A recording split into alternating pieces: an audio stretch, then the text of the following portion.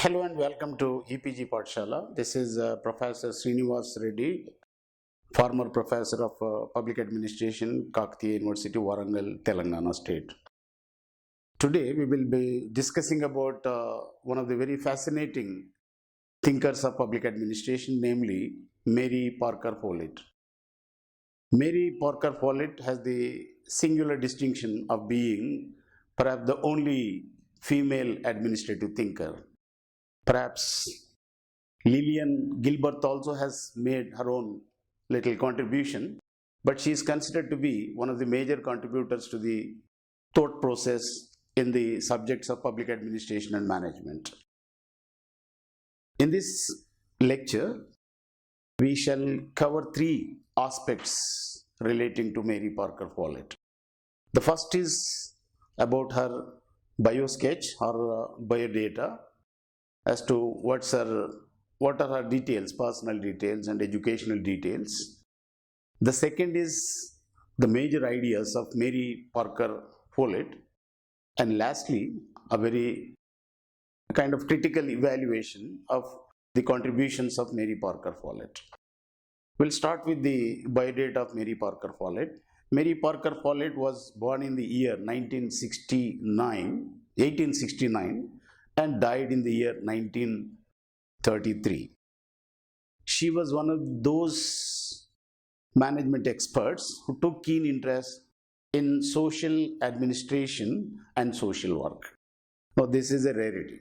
Most of the thinkers in administration, the early thinkers on administration and management, have either hailed from mechanical engineering background or business background. She has had experience in vocational guidance, and she was one of the earliest to shift the focus of management and administrative studies from subjects such as state and community to business.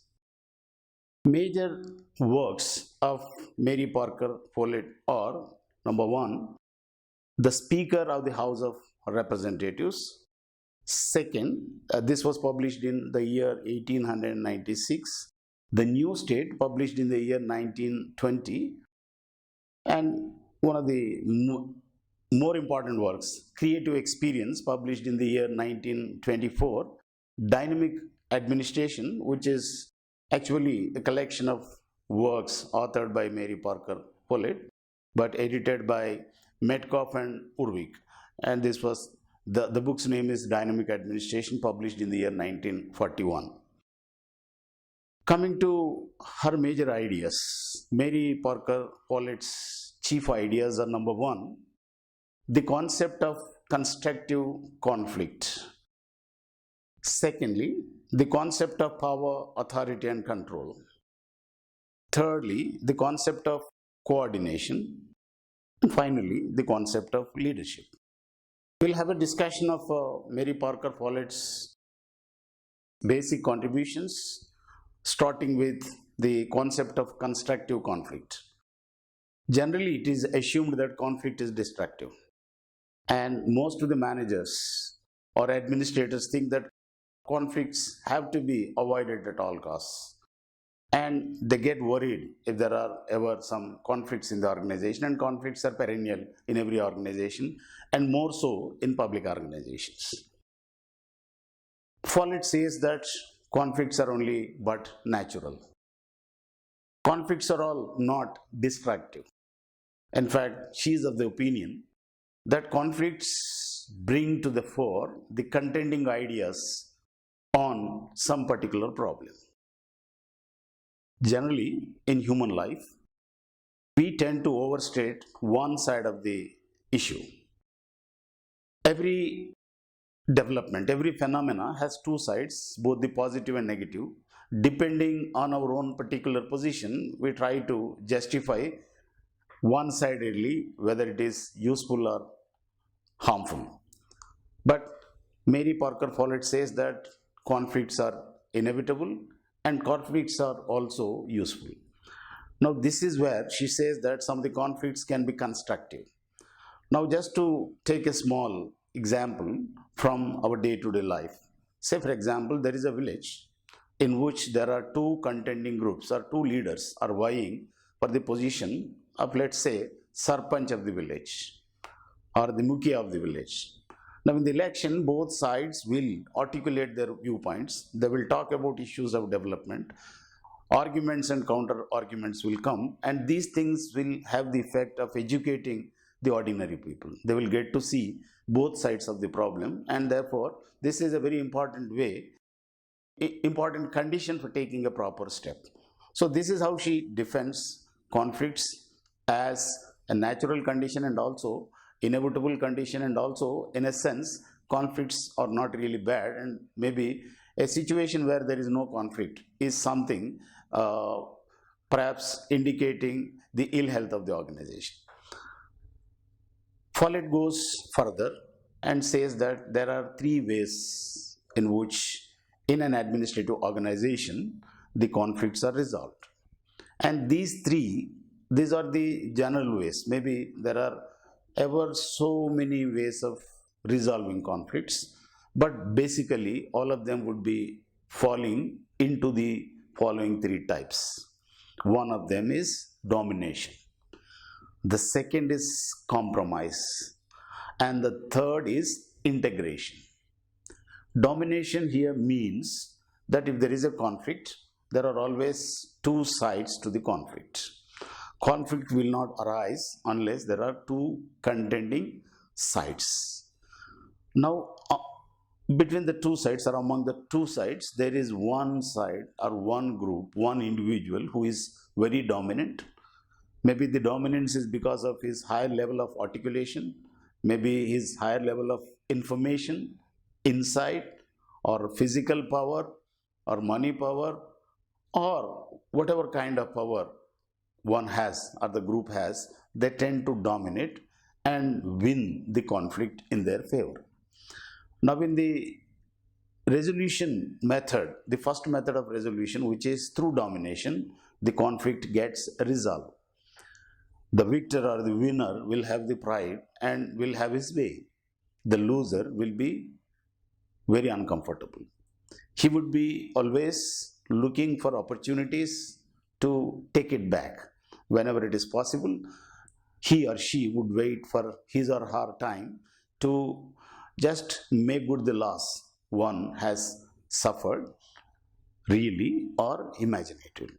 So, therefore, the losing side looks for revolt or some reassertion at some particular opportune time, and therefore, there is a kind of bad blood in the organization. Now, there is one side, and if it is two individuals, okay, perhaps the damage is less if it is at the lower levels. If the individuals are at the higher level, the damage is much more. And it will be even more if it is between groups. So, large number of people are dissatisfied. Maybe some people are satisfied. And it's not necessary that the group that is dominating is always in the majority. It's also possible that the winning group may be in minority and majority are annoyed with the kind of solution that is given to them. So, therefore, this has to be avoided to the extent possible. Maybe you cannot forestall all occasions when conflicts get resolved through domination also. Okay, we look at the second important possibility of resolving or solving the conflicts. This is compromise. Now, I think the whole life, in fact, I'm reminded of the saying that marriage is a compromise. I think a man and woman can live together only by compromising to their mutual dispositions, temperaments, and demands, and all that. If these things don't happen, marriage will not stay. The marriage will be broken. Similarly, in an organization also, compromise is needed and compromise is made. Now, compromise means give and take. Suppose there are two groups, group A and group B, or two individuals, X and Y. One is giving up something and gaining something. The other one is also reciprocally doing the same thing. So, this is one way of resolving conflicts. And there are occasions when somebody tries to dominate, And if the domination is matched by the other group also, the other group is equally powerful and assertive, I think no way it will be solved. So under such circumstances, compromise is arrived at, maybe by mutual agreement or through some third party intervention. When such a thing happens, what is happening is nobody really feels that he has won. Both will get something, but both will be more conscious that they have lost something. So compromise does not give satisfaction to either of the groups or the either of the individuals. So therefore, this is also not a very prospective, very welcome kind of conflict resolution. Now we come to Mary Parker Follett's original idea. I think these are some of the things that we generally know. What is very fascinating about her contribution is that she says there is a novel way of resolving the conflicts, and that novel way is integration of the interests of the contending persons or contending parties. Well, there are people with diverse interests, diverse viewpoints, and all that. Follett says that maybe if we deeply think, if we keenly examine, we explore and try to see, figure out, it's always, or at least sometimes possible, to accommodate both the groups, both the contending individuals, both the viewpoints without anybody getting a feeling of hurt or defeat. And of course, this is a very difficult, challenging, perhaps even complex job.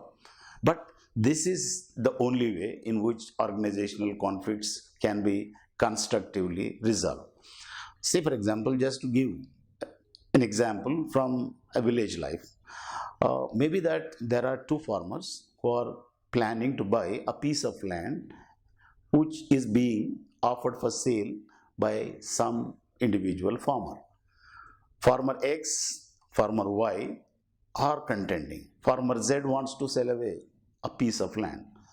Farmer X wants to buy it because it is next to, it's adjacent, it abuts the land owned by X. But interestingly, this piece of land falls adjacent, abuts the land of the Y also. Maybe it is in between the lands of X and Y. So both are obviously interested. Now both will think that by buying that piece of land, their farm will become more viable. They can have better agricultural produce and all that. Both are very keen to have it. I think they fight over the issue, and sometimes bad blood develops, and there are, as you know, cases where people resort to violent means to have one's own way. It is something like dominance. But if there is, I think there are occasions when some sincere third parties or people or village elders or somebody will come forward and find out a solution. He will talk to somebody on the other side. Between the two pieces of land, there is one interspersed land that is offered for sale, but there is something by the side abutting the land of X or Y. And if the go between can convince somebody to offer that, and both will have it, or can persuade both of them, I think this piece of land is not really worth this, and you need not fight over this. So, okay, there are ways in which you can do this, and this is the way in which you can satisfy both people, or make both the parties not have any unpleasantness. And this is very important in organizations, because organizations are groups of people having some stable relations. In an organization, people or groups must have perfect understanding. In fact, the proper coordination is not merely meeting of the minds, but meeting of hearts. I think a good harmony and willingness to trust other person are very important, and this kind of conflict resolution is recommended by Mary Parker Follett. Now we come to next important contribution of Follett. It's about power, authority, and control. Now, generally, authority is viewed as the command of the superior. Authority comes because of some coercive power in the individual. What's her Follett's interesting idea is that she talks about functional authority. She says authority may come from authorization, or maybe because of some formal arrangement in which somebody is given the power through statute or through some organizational arrangement. But there is another kind of authority which she talks about. This is a functional authority, authority of expertise. Now, there are some people, they may not be elders, they may not be the superiors, they may not be the bosses, but their word is taken for on its face value, because the advice is coming from somebody who is deeply knowledgeable, who has functional expertise. Follett is recommending this kind of authority. I think any authority is generally used as a synonym for officials, people in power having organizational positions, hierarchic positions. I think the message here for the administrators is that you should not always rely, and you should, to the extent possible, rely upon the functional authority or authority of expertise. Increase your knowledge, increase your understanding, insight into the problem. I think you will be respected, and your authority can be followed by subordinates even without invoking any coercive power of a threat of punishment or fine or maybe dismissal or things like that will not be of use, and you can conduct the administrative affairs smoothly. Uh, we have seen two important ideas of Mary Parker Follett, namely the concept of constructive conflict and the concept of functional authority. Yet other important contribution of Follett is her contribution to the concept of technique of coordination. For the benefit of you, let me just mention that coordination is one of the major principles of organization. Coordination is one of the major functions of administrator, and coordination is very, very important in the organization. In fact, the human body, which has a perfect coordination between various systems and subsystems of the human personality, is far more effective than all other living beings, and this is largely because of the faculty of coordination. So therefore, in an organization also, coordination is absolutely important, and Follett talks about three important points about coordination. One of them is reciprocal coordination. Now, coordination of this kind presupposes that both the parties or different individuals should be having the idea of coordination in the mind, and each will be willing to coordinate with others. Now, this is something like exercise of lateral authority. Generally, authority, I think this is somewhat connected to the earlier concept of authority. Authority is always seen as a kind of vertical, relationship between individuals. But here, what Follett is talking is about the lateral kind of authority. Now, the authority or interrelation of things through coordination and through reciprocity. Reciprocity is give and take. I think you try to coordinate with my work. I think I have done something, and you're trying to adjust yourself to my work or my requirement, my compulsions. And if you are doing, human nature is that I will also start doing, reciprocated. So if you are good to me, I'll be good to you. So this is one important, idea about coordination. The second major idea about coordination is coordination by direct contact. The problem mostly in public organizations is that organizations are very huge. There are hundreds and thousands and even lakhs of people working for one organization, and there is seldom possibility of everybody knowing the other person. So this brings in impersonality and wooden-headedness and all that. I think the personal touch will be missing. What Follett says is that coordination is better achieved if there is personal touch between two persons. So the principle of direct contact says that you directly contact the person who has a problem. The person who is not able to adjust with the work or pace of somebody else. I think speaking to the person directly will allow you to get the things first hand and resolve the problems imaginatively. Now, the third important idea about coordination is coordination at early stage. Now, sometimes you allow things to go too far, and then you bother that something has gone wrong, and it will be a lot of irreparable damage would have been already done, and back tracing and going back to the location of the problem may be very tedious, and sometimes it's impossible also. So therefore what's recommended is that coordination at early stage means just check for any symptoms or signals of lack of coordination, conflicting situations, and lack of synchronization. And if such things do happen, you pay early attention, and therefore coordination will be well achieved. So this is something about the coordination. Follett's fourth major idea is about leadership.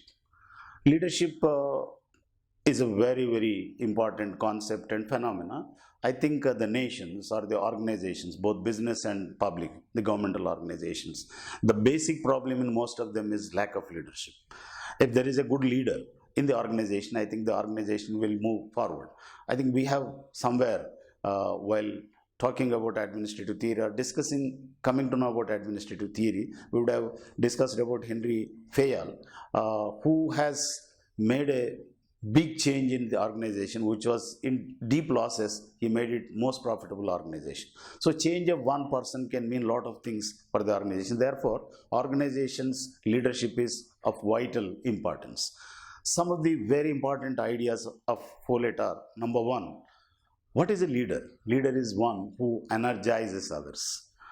I think in the presence of the leader, or in the company of the leader, or under the tutelage of the leader, the followers tend to get a feeling that they are 1 inch taller than what they are.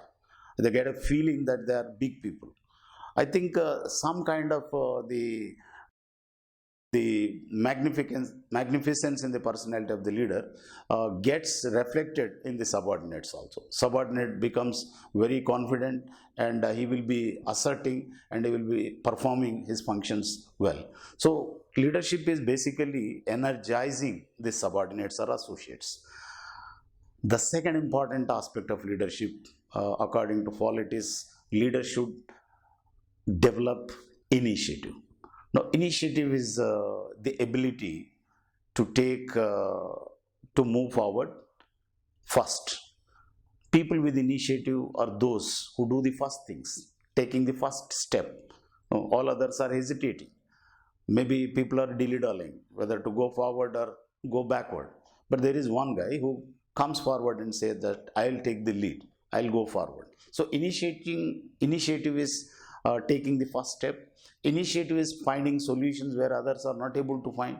So initiative is very important, and this is one of the major problems in public administration.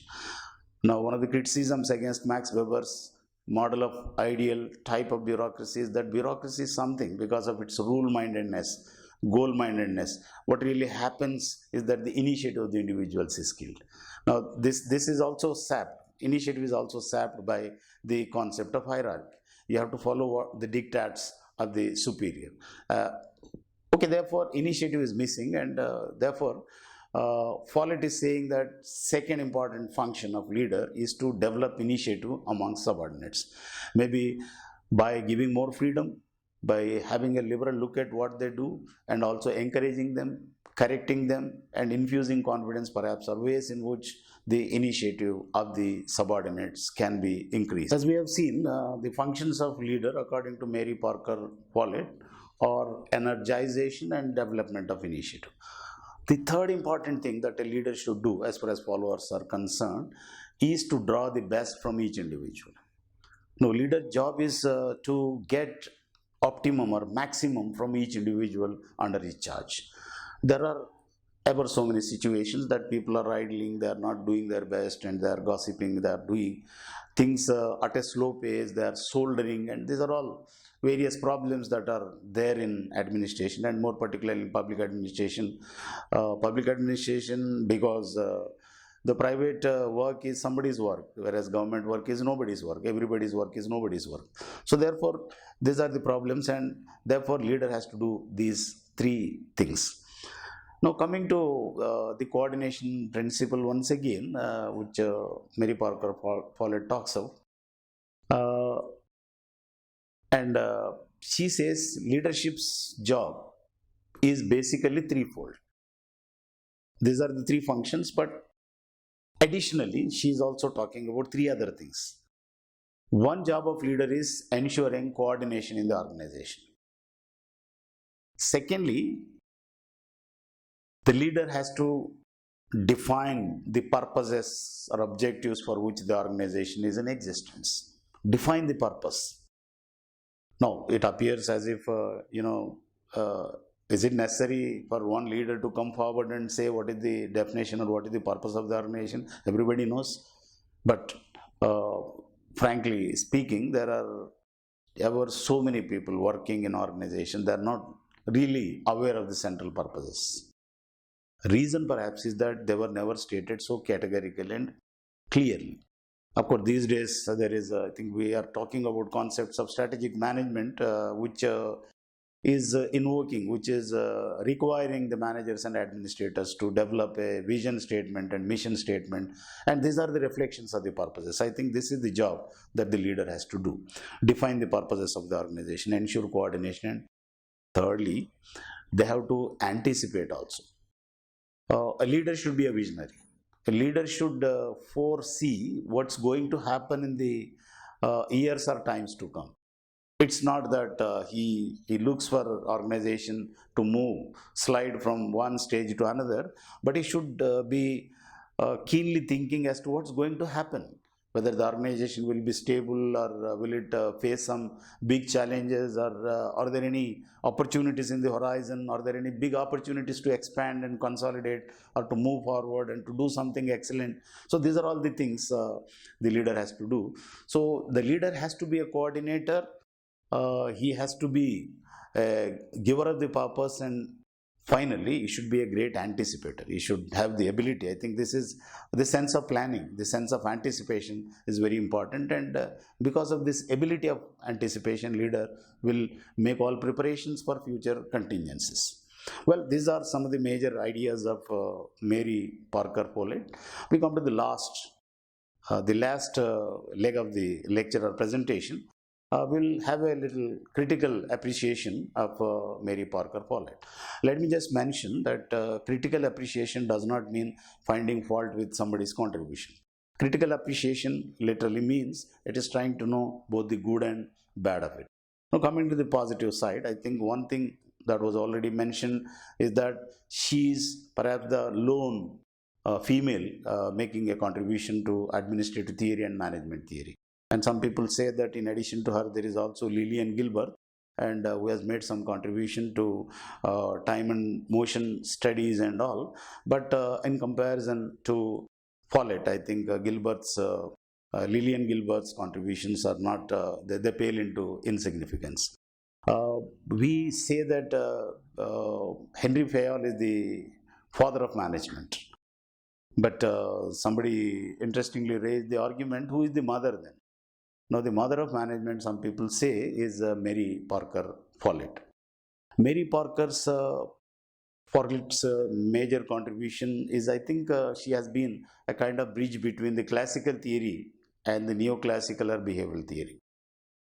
Now, it's very difficult to parcel her neatly into one theory. I think she had a very creative way of, articulating standpoints and issues and phenomena in organization, and her contributions touch upon both classical and neoclassical or behavioral schools of thought.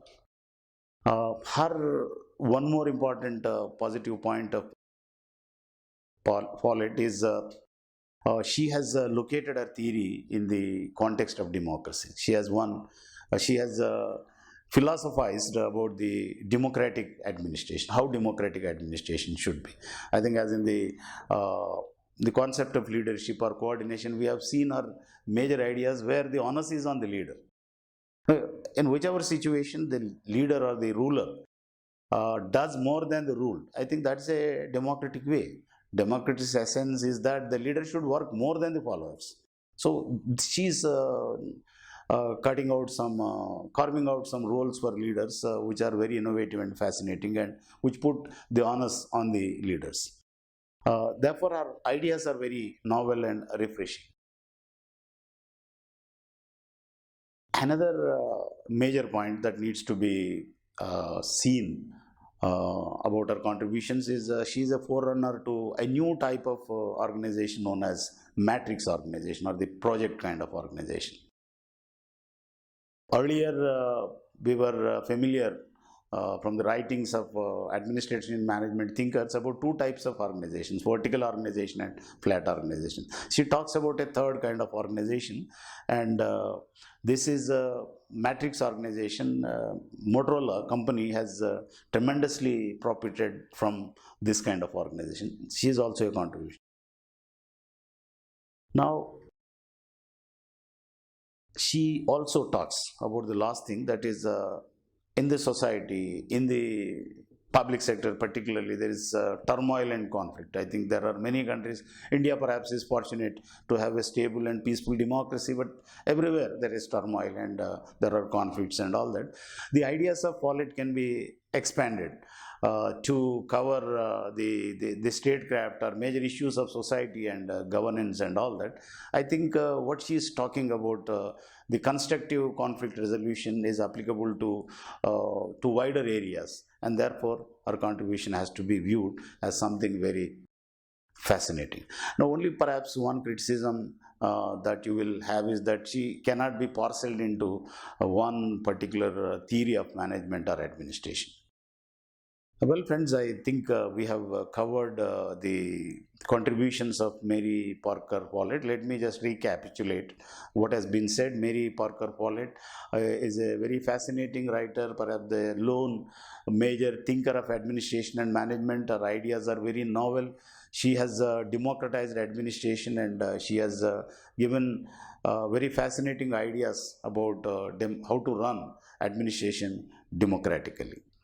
So therefore, her ideas are, relevant for so many organizations, both business, government, and service sector organizations. Thank you.